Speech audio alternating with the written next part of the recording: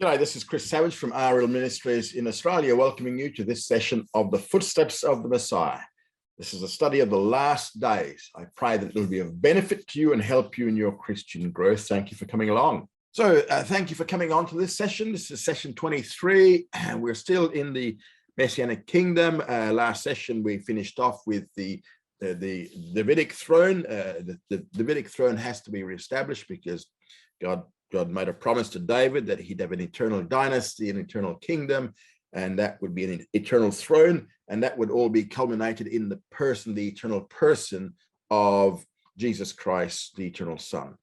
So now we're coming into some more of these last days, and we're looking at some other characteristics of Israel's final restoration.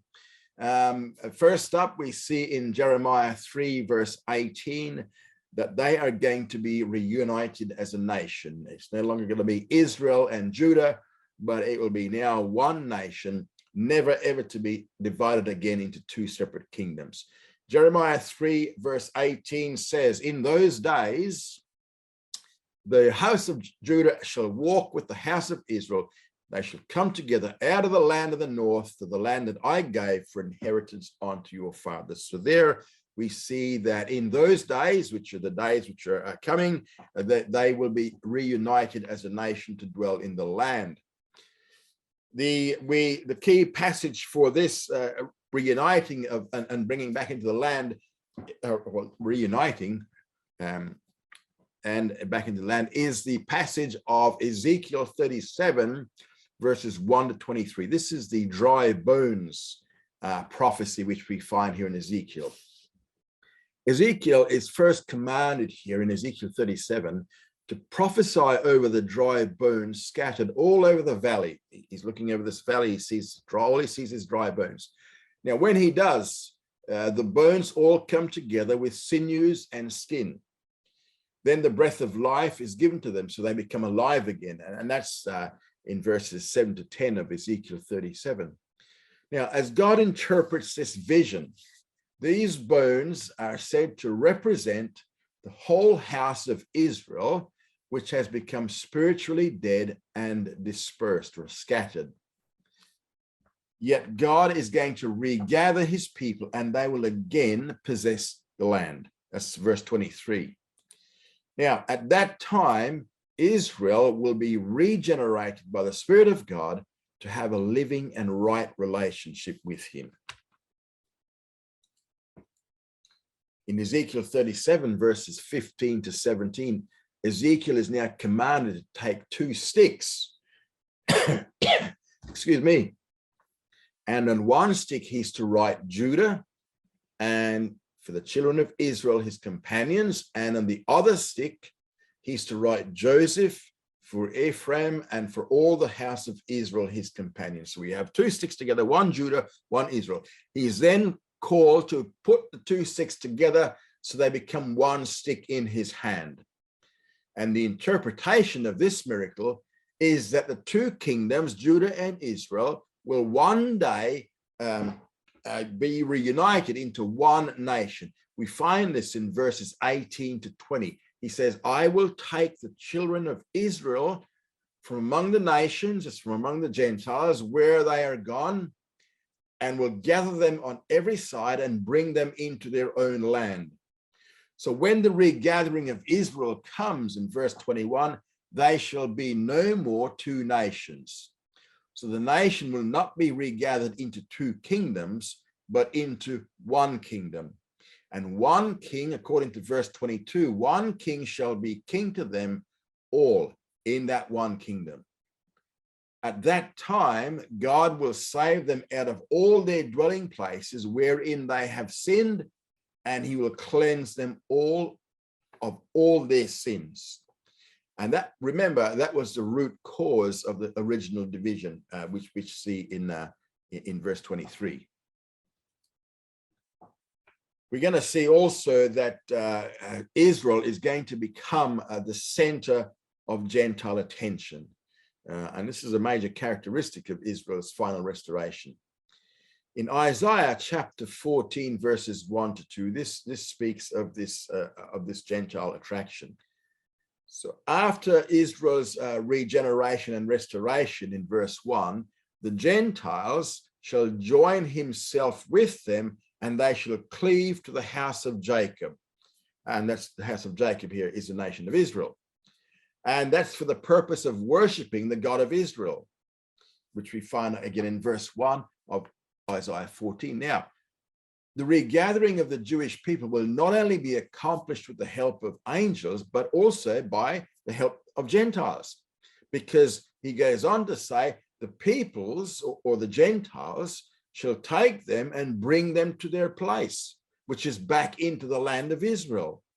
And that's verse 2. And then finally, Israel is then going to possess them in the land. That is, Israel is going to take possession of the Gentile nations who will become the servants of Israel. Israel is going to become the head of the world, the head of the Gentile over the Gentile nations. A very similar statement is also found again in Isaiah chapter 49, verses 22 to 23. Again, we're going to see here the regathering of Israel is going to occur with the aid of the Gentiles. In verse 22 of Isaiah 49, he says, the nations, which is the Gentiles, shall bring your sons in their bosom, and your daughters shall be carried upon their shoulders. So what we're going to see is in the future, at that time, the Gentiles of every social class will become the servants of Israel. We see this in verse 23. He says here, and kings shall be your nursing fathers, and their queens your nursing mothers. And Israel will never again be shamed by them. They shall bow down to you with their faces to the earth and lick the dust of your feet. That's the Gentiles in relationship to Israel. Moving on in Isaiah chapter 60, verses 1 to 3, the reason why Israel will become the center of Gentile attention is because the Shekinah glory, which is the visible manifestation of God's presence, will abide over Israel. We find this in Isaiah 60, verses 1 to 3.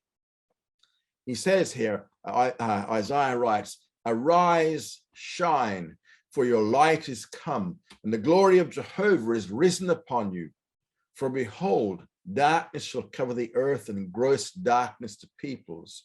But Jehovah will arise upon you, and his glory shall be seen upon you, and the nations, that's the Gentiles, shall come to your light, and kings to the brightness of your rising. So that's the coming to Israel. Gentile attention will be focused upon Israel because the glory of Jehovah will be there. In Isaiah 61, 4-9, he writes further, he says, when the regathering takes place in verse 4, they shall build the old wastes, they shall raise up the former desolations, and they shall repair the waste cities, the desolations of many generations. So at that time, the Gentiles will become servants to Israel and will feed the flocks and plow the fields, according to verse 5.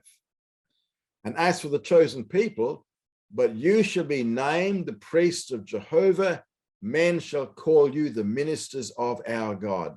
So here we see that the Jews, Israel, will be the ministers of the word to the Gentiles, verse 6. You shall eat the wealth of the nations. So they're going to receive, Israel will receive the wealth of the Gentiles for their enjoyment. Israel will never again be shamed by the Gentiles, but rather they will receive a double portion of all blessings and possessions, according to verse 7. And this will all be the result of the new covenant in verse 8. So this is Isaiah 61.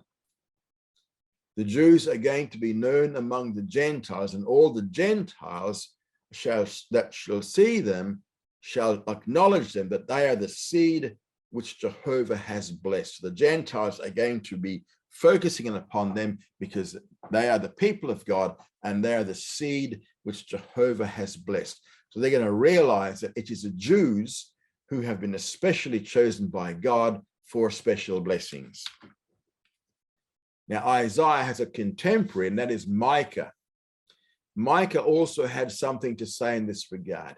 In Micah chapter 7, verses 14 to 17, Micah writes this.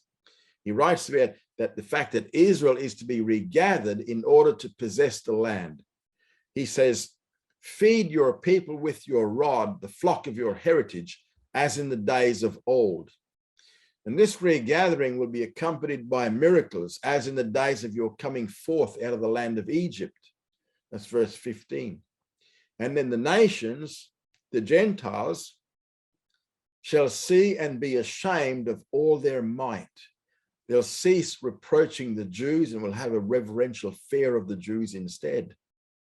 They shall come trembling out of their close places. They shall come with fear unto Jehovah our God. This is the Jews talking. And shall be afraid because of you. They'll then submit to the God of Israel in verse 16 to 17 of Micah chapter 7. In Zephaniah 3:20, he revealed that Israel's final restoration will cause the Jews to become the center of Gentile attention. At that time, he says, I bring you in, and at that time will I gather you, for I will make you a name and a praise among all the peoples of the earth when I bring back your captivity before your eyes, says Jehovah. And then finally, in Zechariah chapter 8, verse 23, the prophet stated this. He says, thus says Jehovah of hosts, in those days it shall come to pass that 10 men shall take hold out of all the languages of the nations. They shall take hold of the skirt of him that is a Jew, saying, we will go with you, for we have heard that God is with you. Now, that's in the future. In the past, when 10 Gentiles grabbed the clothes of the Jew, it was for other reasons than to say, let us go with you because we've heard that God is with you. At the time of the final restoration, the Jews will no longer be reproached. Instead, they'll be treated with reverential respect, for they will be known as the ministers of God. The third characteristic we're going to see in this final restoration is that we're going to have righteousness, holiness, peace, security, joy, and gladness. This is another feature of Israel's final restoration, and it combines all the various characteristics here. Now, righteousness and peace are mentioned as primary characteristics in Isaiah 32, verses 16 to 20. Isaiah writes, then justice shall dwell in the wilderness, and righteousness shall abide in the fruitful field. And the work of righteousness shall be peace, and the effects of righteousness, quietness, and confidence forever. And my people shall abide in a peaceable habitation. So that has to do with righteousness, holiness, and peace. Now, holiness, peace, and security and joy we find in Isaiah 35, verses 5 to 10. And these are features that are going to earmark the time of Israel's regathering. Then the eyes of the blind shall be opened, and the ears of the deaf shall be unstopped. Then shall a lame man leap as a hart. Verse 8 says, and the highway shall be there, and a way that it shall be called the way of holiness. In verse 10, the ransomed of Jehovah shall return and shall come with singing unto Zion. And everlasting joy shall be upon their heads. They shall obtain gladness and joy, and sorrow and sighing shall flee away. Joy and gladness are also stressed in Isaiah 51:3. For Jehovah has comforted Zion. Joy and gladness shall be found therein. Thanksgiving in the voice of melody. We're going to see joy and peace in nature and man are highlighted in Isaiah 55:12 to 13. For you shall go out with joy and be led forth with peace. The mountains and the hills shall break forth before you into singing, and all the trees of the field shall clap their hands. In Isaiah 61:10 to 11, we have the emphasis here on righteousness. I will greatly rejoice in Jehovah. He has covered me with the robe of righteousness. So the Lord Jehovah will cause righteousness and praise to spring forth before all nations. Now we come to the millennial mountain of Jehovah's house.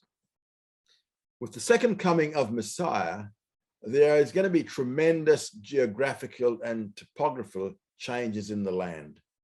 And one of the key transformations will be the rise of a mountain that will become the highest mountain of the world.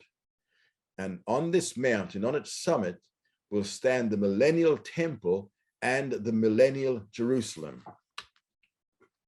Now, several passages speak of this. Isaiah chapter 2, verses 2 to 4 is one of them. And the passage begins by stating that the mountain of Jehovah's house shall be established on the top of the mountains and shall be exalted above the hills. Now, so what he's saying here is that it will be the highest of all the mountains and by far the most exalted. All nations will move toward it in pilgrimage in order to learn the ways of God, because he goes on to say that he will teach us of his ways and we will walk in his paths. For out of Zion shall go forth the law. So this is the law of the millennial kingdom, which is going to be emanating from this mountain. And this is going to result in the worldwide peace, because any differences among the nations will be settled by the word of the Lord that will come from this mountain. And we see that in verses 3 to 4. Now, later on in Isaiah 27:13, the prophet pointed out that this high mountain will become the center of Jewish worship. And it shall come to pass in that day that a great trumpet shall be blown. And they shall come that were ready to perish in the land of Assyria, and they that were outcast in the land of Egypt, and they shall worship Jehovah in the holy mountain at Jerusalem. And Isaiah 56, 6 to 8 points out that this great mountain of Jehovah's house will become a place of prayer for all peoples, Jews and Gentiles alike. In verse 6, he says, also the foreigners that join themselves to Jehovah to minister unto him and to love the name of Jehovah, to be his servants. Verse 7 says, even them will I bring to my holy mountain and make them joyful in my house of prayer. For my house shall be called a house of prayer for all peoples. By means of the Gentile nations, the people of Israel will be brought and regathered to the mountain of Jehovah's house. And this is according to Isaiah 66, verse 20. And they shall bring all your brethren, this is all your Jewish brethren, out of all the nations for an oblation unto Jehovah, to my holy mountain Jerusalem, says Jehovah. Now Micah also spoke of this great mountain in Micah 4, verses 1 to 2. And his words are very similar to, or he might even be quoting what Isaiah said. He said in verse 1, in the latter days it shall come to pass, the mountain of Jehovah's house shall be established on the top of the mountains, and it shall be exalted above the hills. This is pretty much what Isaiah said before. And the law of God will proceed from it. For out of Zion shall go forth the law and the word of Jehovah from Jerusalem. Now, the prophet who received the most revelation regarding the new mountain was Ezekiel. Now, he first introduced it in Ezekiel chapter 17, verses 22 to 24. He called it the mountain of the height of Israel, and describing it as a place of lush greenery and vegetation. He says here in verse 23, in the mountain of the height of Israel will I plant it, and it shall bring forth boughs and bear fruit and be a goodly cedar. And under it shall dwell all birds of every wing, in the shade of the branches thereof they shall dwell. Later on, Ezekiel says in chapter 20, verses 40 to 41, he declared that the mountain would serve as the center of Jewish worship in the Messianic kingdom. Now, after Israel's regeneration and regathering, the Jewish people will worship the Lord in this high, lofty, and holy mountain. Verse 40 of Ezekiel 20 says this, for in my holy mountain, in the mountain of the heights of Israel, says the Lord Jehovah, There shall all the house of Israel, all of them, serve me in the land. There will I accept them, and there will I require your offerings and the first fruits of your oblations with all your holy things. As a sweet savor will I accept you, and I will be sanctified in you in the sight of the nations. Only in the closing chapters of Ezekiel's book does he give the details of what this mountain will be like. And we find this in Ezekiel, well, we find part of it in Ezekiel chapter 40, verses 1 to 4. He says, in the 25th year of our captivity. So this is in the 25th year of the 70 years of the Babylonian captivity. This is when Ezekiel was. Ezekiel was given the final special revelation of Israel's future in the Messianic kingdom in verse 1. As Isaiah and Micah before him, he says, God set me down upon a very high mountain, whereon was, as it were, the frame of a city on the south. So what he saw was, he saw a very high mountain, which had the skyline of a city on its southern side. And as will be seen later, this city is millennial Jerusalem. Now, then the prophet received the message, and the message was this: behold with your eyes and hear with your ears, and set your heart upon all that I shall show you. For to the intent that I may show them unto you are you brought hither.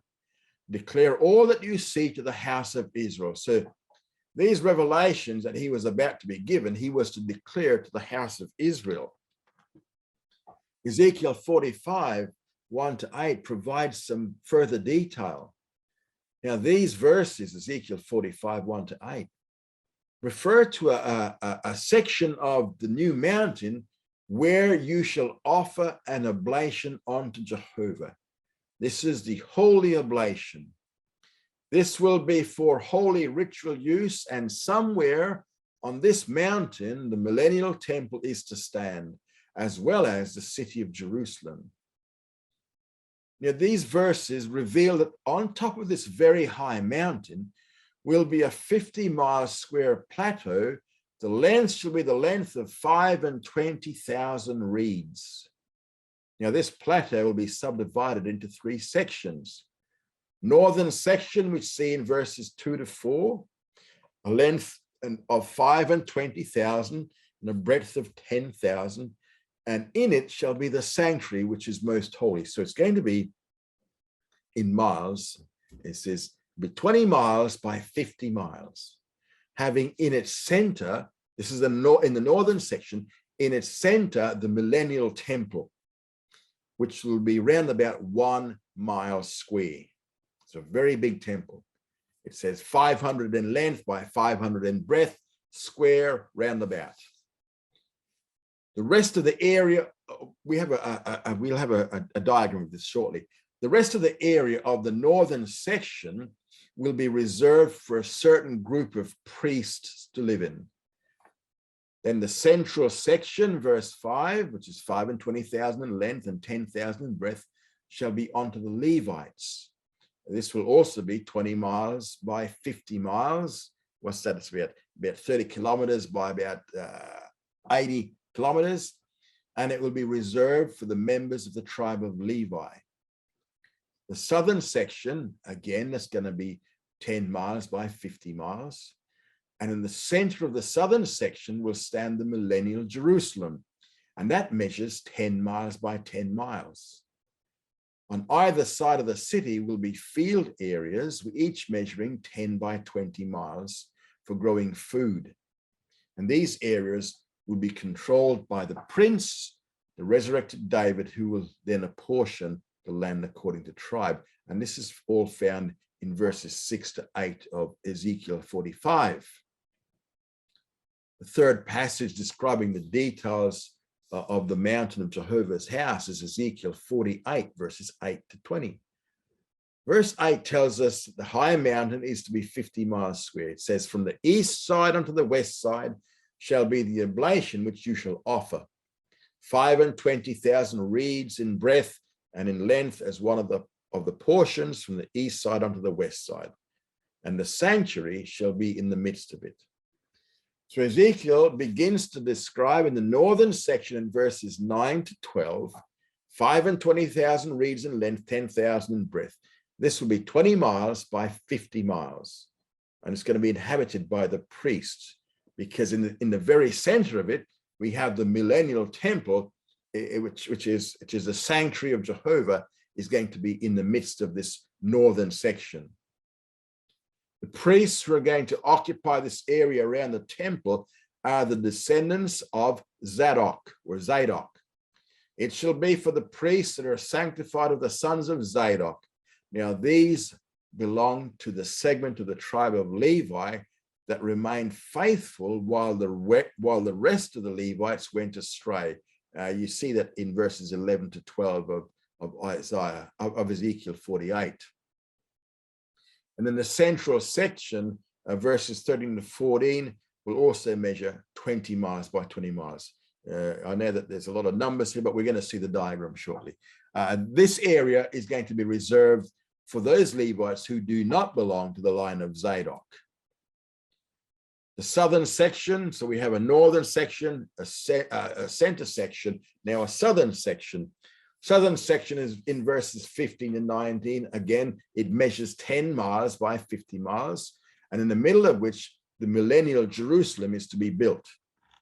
Jerusalem will be in the very center of this southern section, and it will measure 10 miles by 10 miles. So as we said before, that's about 17 kilometers, 16 kilometers by 16 kilometers.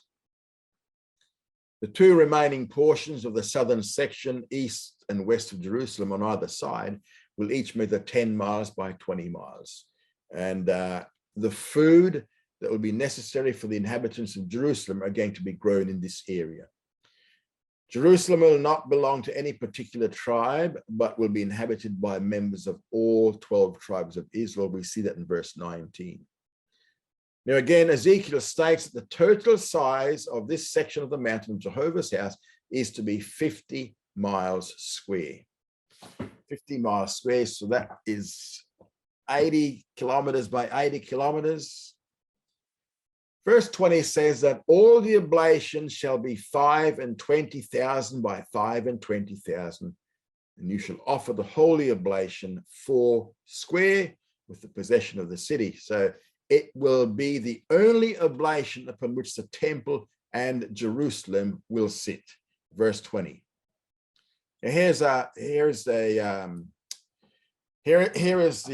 50-mile square plateau, and we have in the northern the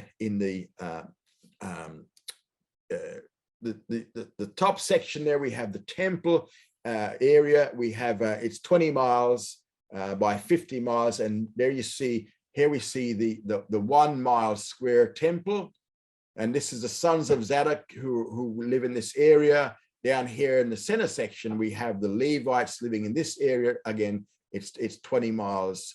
It's 20 miles by 50 miles. And in the bottom section here we have the 2 food growing areas either side of the city of Jerusalem, which is 10 miles by 10 miles. So that is the millennial mountain. That is the millennial mountain of Jehovah's house. That is the holy oblation. So you can look at that later on. Now, the temple itself, we're going to look at in Ezekiel 40, verse 5 to 43, verse 27. We're not going to get through this verse by verse, by the way. Ezekiel 37, 26 to 28 prophesies that God's sanctuary will be placed in the midst of Israel. Now, moreover, this is verse 26, moreover, I will make a covenant of peace with them. It shall be an everlasting covenant with them, and I'll place them, multiply them, and will set my sanctuary in the midst of them forevermore. My tabernacle also shall be with them, and I will be their God. They shall be my people. And the nations shall know that I am Jehovah that sanctifies Israel, when my sanctuary shall be in the midst of them forevermore. Now, These verses of Ezekiel are expanded in 40 verse 5 to 43 verse 7. What we're saying here is simply this, that God's sanctuary will be placed in the midst of Israel forevermore. Yeah, we see in Ezekiel 40 verse 5 to 43 7. We're going to do a quick survey of this. We're not going to go through verse by verse. It's pretty long. Now, there are 8 main sections here with various facets of the millennial temple. First section we see in Ezekiel 40, verse 5 to 27. This concerns the outer court. So after the measurement of the outer wall in verse 5, Ezekiel gives a description of the outer court, verses 6 to 27. And he mentions the eastern gate, verse 6 to 16. And we have the third, again, we have a diagram for this later. The 30 chambers and the pavement around the outer court, we see in 17 to 9, the northern gate, the southern gate. When we have the inner court, Ezekiel 40, verse 28 to 47, we see 4 things here. The first is the gates of the inner court in verse 28 to 37. It's composed of the southern gate area, the eastern gate area, and the northern gate area. Then we have the table for the preparing of the sacrifices in verse 38 to 43, the chambers of the ministering priests in 44 to 46, and then we have the altar in verse 47. Third section describes the millennial temple itself. This is in chapter 40, verse 48 to chapter 41, verse 26. Now, included here in this description, which we're not going to go into, we have the porch in 48 to 49, the posts in verse 1, the holy place with its entrance in verse 2 of 41, Holy of Holies 3 to 4, the temple wall and chambers, the separate place, the interior and the exterior of the temple. So these are all the descriptions in chapter 40 are going on to chapter 44 of the around the temple area. This is the millennial temple. So here we have the millennial temple. Here we have the eastern gate. This is the entrance to the temple here on the eastern side. It's facing the east, and we have the side chambers there for the Levites and Holy of Holies in their holy place there. And that just gives you a bit of a schematic of it. Now, with these measurements that we've seen, this millennial temple is going to be a lot larger than all the previous temples because it measures 1 mile square. That's a huge temple. And the area of the present temple compound in Jerusalem today is not large enough to hold this temple by Ezekiel, and it's going to require some pretty major geographical changes. And that is why the new mountain of Jehovah's house will be necessary. And that is because this temple is so big, it needs to be accommodated there along with everything else. Now, the fourth section we have in Ezekiel 42, 1 to 14, just simply describes the chambers of the outer court, which we just saw back in that diagram. Fifth section describes the outer wall. The sixth section, verses chapter 43, 1 to 9, it records the return of the Shekinah glory. Now, the Shekinah glory departed from the Solomonic temple in chapters 9 to 11 of Ezekiel. Now, this section here in 43, 1 to 9, it records the return of the Shekinah glory in the future. And so he writes here in verse 1, afterward he brought me to the gate, even the gate that looketh toward the east. And behold, the glory of the God of Israel came from the way of the east, and his voice was like the sound of many waters, and the earth shined with his glory. And then going on to verse 4, and the glory of Jehovah came into the house by the way of the gate, whose prospect is toward the east, who was facing towards the east. Now, just as the Shekinah glory authenticated and sanctioned the Solomonic temple, remember, the Shekinah glory came and filled the temple with smoke. It will also sanction this temple by its return from the same direction that it left. And we see that in verses 1 to 5 of chapter 43. Now, once the Shekinah glory returns, it will declare a message promising to never depart from Israel again. Verse 7 says this, he says unto me, Son of man, this is the place of my throne and the place of the soles of my feet, where I will dwell in the midst of the children of Israel forever. So that is the return of the Shekinah glory to dwell in the millennial temple forever. The seventh section we see in chapter 43, verses 10 to 12. This contains a command to the prophet to point out the sinfulness of Israel. Thou, son of man, show the house to the house of Israel, that they may be ashamed of their iniquities. So what he's saying here is that in light of the coming holy oblation, which is coming in the future, how much more should Israel be ashamed of her present sinfulness? Now, the eighth section here contains a description of the altar, which we find in Ezekiel 43, verses 13 to 27. And here we have the description, in this description, are the measurements of the altar and its consecration. So this then is the millennial temple that is to be the center of Jewish and Gentile worship during the millennium. And this is just a schematic of the altar. We see here that it is its height is 18 feet high, or 5.5 meters high. It is 27 feet wide, or 8.2 meters wide at the base, and it is 5.5 meters wide up here at the altar hearth. So it's a pretty substantial altar. And then we have the steps going up to the altar up there. Okay. Now, the millennial system of priesthood and sacrifice. This we find in chapter 44:1 to chapter 46:24. In the millennial kingdom, there is a brand new code of law. Chapters 44 to 46 of Ezekiel deals with the various laws regulating the millennial system of priesthood and sacrifice. Now, there are some similarities with the commandments of the law of Moses, but we also have some very marked differences. And it's for this reason, the millennial system of priesthood and sacrifice must not be viewed as a reinstitution of the law of Moses. The law of Moses ended permanently and forever with the death of Messiah Jesus.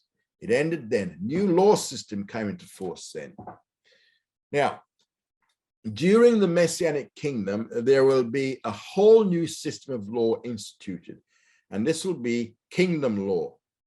There'll be no reinstitution of any previous code of law. This in its entirety will be a brand new system of law. Chapters 44 to 46 of Ezekiel deal with this new code of law in 7 major sections. First section is the law of the outer eastern gate, which we find in Ezekiel 44, verses 1 to 3. The passage here states that in the beginning of the Messianic kingdom, Jehovah brought Ezekiel, he brought him back by the way of the outer gate of the sanctuary, which looketh toward the east, and it was shut. So the outer eastern gate will be shut forever, never to be reopened again, right throughout that 1,000-year millennium. It shall not be opened, neither shall any man enter in by it. Why? For Jehovah, the God of Israel, hath entered in it, or in by it, therefore it shall be shut. The Shekinah glory returned by the way of the eastern gate, which we saw back in Ezekiel 43, verses 1 and 9, and he will never going to leave Israel again. And this closing of the eastern gate symbolizes that God's glory will never depart from Israel again. That's why it is closed permanently for this entire 1,000-year period. Ezekiel then describes the prince. Now, the prince is the resurrected David. We covered him in the last session, and the authority and ministry that he will have in relation to this outer eastern gate. He will eat bread before Jehovah, before the gate. And entrance will be by means of the porch only. That's the porch that was around the outside, inside this outer area. Now, since this gate will be permanently closed, entry and exit into and out of the porch will have to be via the outer court. Now, just for your info, this passage of scripture has nothing at all to do with the eastern gate of Jerusalem, known today as the Golden Gate. This passage here, in the context of Ezekiel 44, is dealing here only with the temple gate in the millennium. The gate of Jesus's day was destroyed in AD 70. The present Golden Gate was built in the 7th century and later modified by the Crusaders. It was then partially destroyed by the Ottoman Turks, and it was later rebuilt in the early 16th century, and it was walled up by the Turkish governor of Jerusalem in 1530.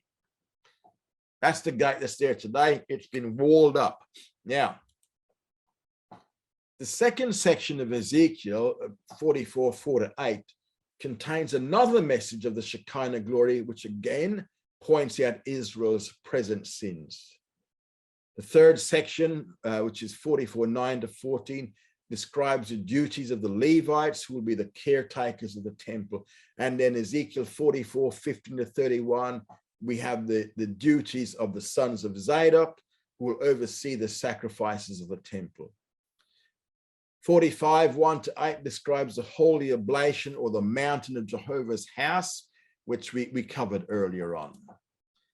The sixth section, of which is 45, which is Ezekiel 45, 9-46, 18, describes the duties of David the prince. Now, three things are stated concerning his responsibilities. First of all, unlike in Israel's past history, when the princes used false measures, the law of measurements, which we find in 49, 9-12, will be characterized by true, faithful, and just balances. So that's the first duty, just balances, just measures. Second, the duties of the prince will involve the carrying out of the laws of the offerings, which we find in verse 13-15, and after listing some general instructions here in 13-17, Ezekiel describes the law relating to the New Year offerings, the Passover offerings, the offerings for the Feast of Tabernacles. These are going to be the duties of the prince who is a resurrected David. And we have the Sabbath offerings as well, which will take place at the inner eastern gate. Remember, the outer gate is closed. Inner eastern gate will be shut for 6 days. However, throughout the kingdom period, on the Sabbath, it will always be open. And then we had the new moon offerings described in verses 6-8, along with special festival offerings, and then the daily sacrifices. Now, so there are the second duties of the Prince David. The third duty of David, the prince, he'll have some special rights because of his exalted position in relation to the temple. And we see that in chapter 46, verses 16-18. And the seventh section concerns the laws regarding the boiling of the sacrifices in verses 19-24. Now, one of the things which was present in the Solomonic temple that will be absent in the millennial temple is the Ark of the Covenant. According to Jeremiah 3, verse 16, it shall come to pass when you are multiplied and increased in the land, in those days, says Jehovah, they shall say no more, the Ark of the Covenant of Jehovah. Neither shall it come to mind, neither shall they remember it, neither shall they miss it, neither shall it be made any more. Since God himself, in the person of the Messiah, will be dwelling in and reigning from Jerusalem, there'll be no need for any Ark of the Covenant. Remember, the Ark of the Covenant contained the tables or the tablets of stone that were the embodiment of the law of Moses. Since this law is no longer in effect, the Ark will not be needed anymore and will therefore be missing. Not in the millennial temple at all. Now, sacrifices. All these passages regarding the sacrificial system in the millennial kingdom should be taken literally, not allegorically, because this is a normal hermeneutic used elsewhere in the scripture, especially for dispensationalists.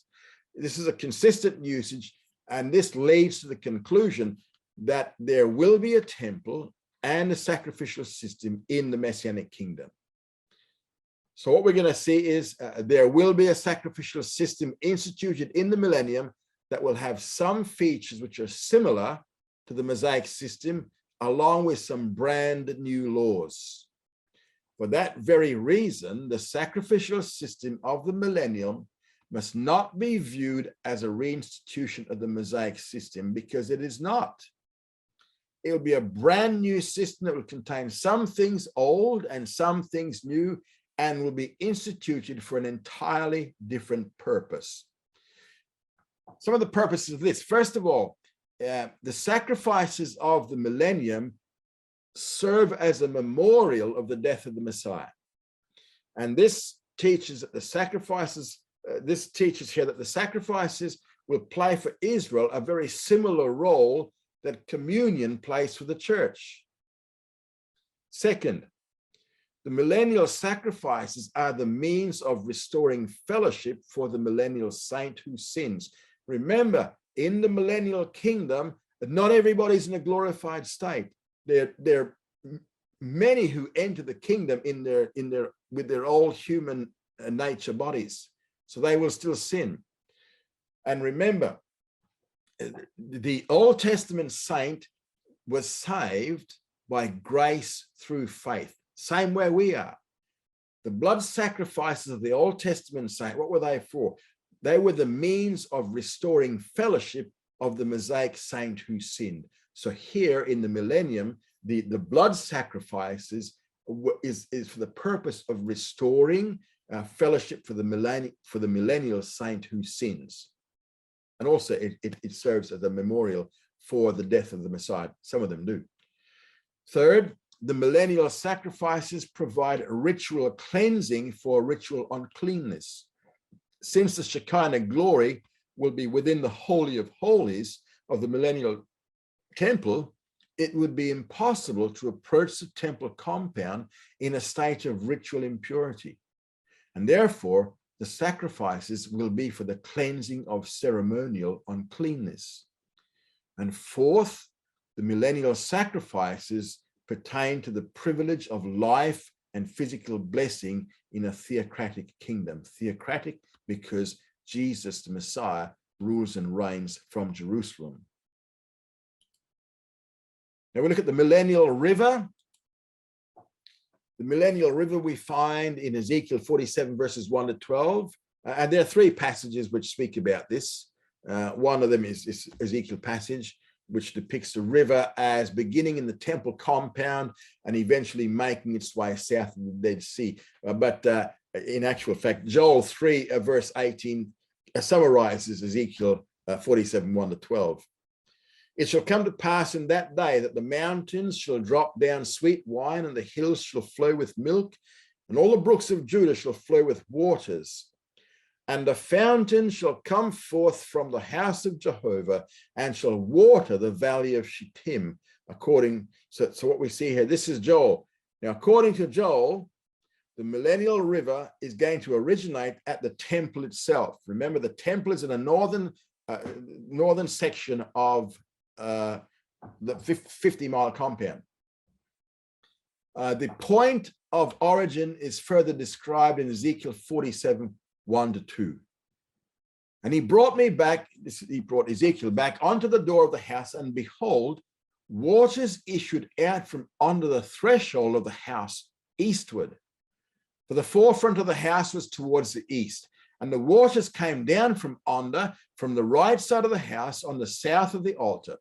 Then he brought me out by the way of the gate northward, and led me round by the way without onto the outer gate, by the way of the gate that looks toward the east.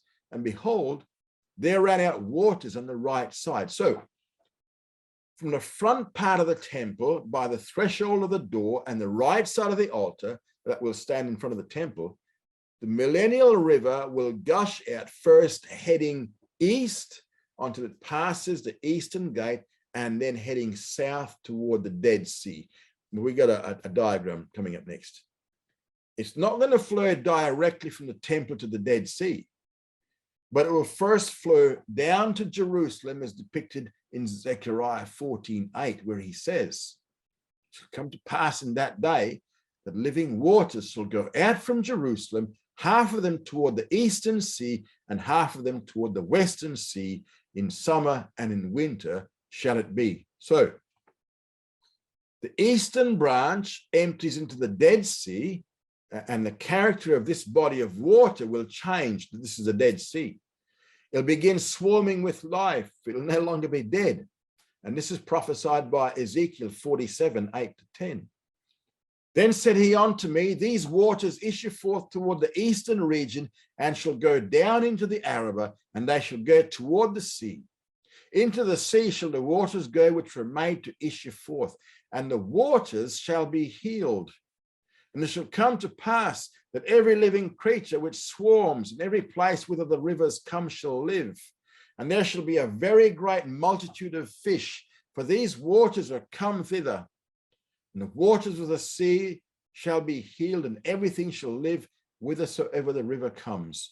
Verse 10 says, it shall come to pass that fishers shall stand by it, from En Gedi even unto En Eglaim shall be a place for the spreading of nets.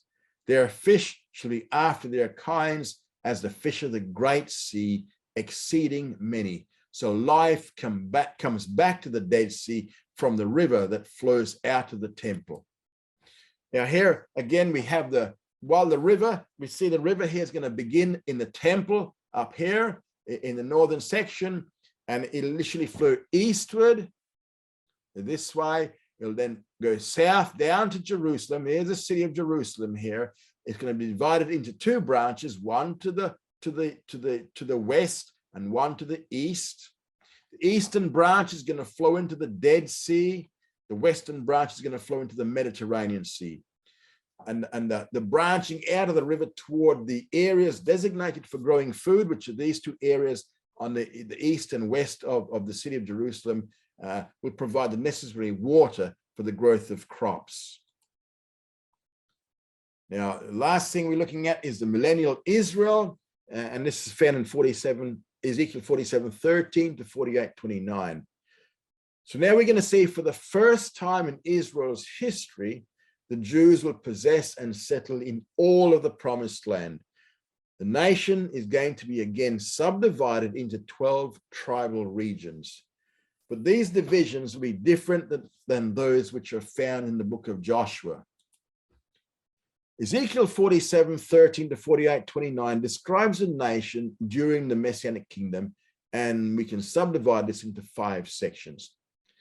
In the first section, verses 13-14 of 47, the prophet declares that the division of the promised land will be the final fulfillment of God's covenant promises. The second section, Ezekiel 47:15-20, deals with the boundaries of the land in the millennium. The northern boundary will extend from the Mediterranean Sea here on the west, and it's going to incorporate much of modern-day Lebanon and parts of modern Syria over to the Euphrates River, which we see in verses 15-17. Eastern border will move south from the Euphrates River, incorporating the Golan Heights and portions of Syria, almost up to Damascus. It's going to continue south to the Jordan, and then it's going to it's going to exit from the Jordan down to the Sea of Galilee down here. So here's the border. It's going to come down to the Sea of Galilee down here. The border will then run along the river all the way down to the southern end of the Dead Sea there. Southern border will move from the southern end of the Dead Sea, and it's going to incorporate part of the Negev and parts of Sinai all the way along the brook of Egypt. It's going to come down here, down to the brook of Egypt, the Wadi El Arish, to the point where it reaches now the Mediterranean Sea. Mediterranean Sea is going to serve as the western border. The third section Ezekiel 48, 1-7 describes a northern division of the land as subdivided for 7 of the 12 tribes. The tribes are going to be settled running from north to south in the following order. We have first up the north, we have Dan, and we have Asher, Naphtali, Manasseh, Ephraim, Reuben, Judah. Judah's down here. The western and eastern borders are going to parallel each other. So they're going to run like straight across. The fourth section, Ezekiel 48, 8-22, describes the holy oblation, which is the mountain here, which we covered earlier. But now Ezekiel notes the exact location of this mountain of Jehovah's house. It's going to be situated at the south of Judah's border. There's Judah to the north of it, and will serve as a dividing line between the 7 northern tribes up here and the 5 southern tribes. And so the 5th section, Ezekiel 48, 20-29, this now describes the division of the land for the remaining 5 tribes, again, from north to south, which south of the holy oblation, the mountain.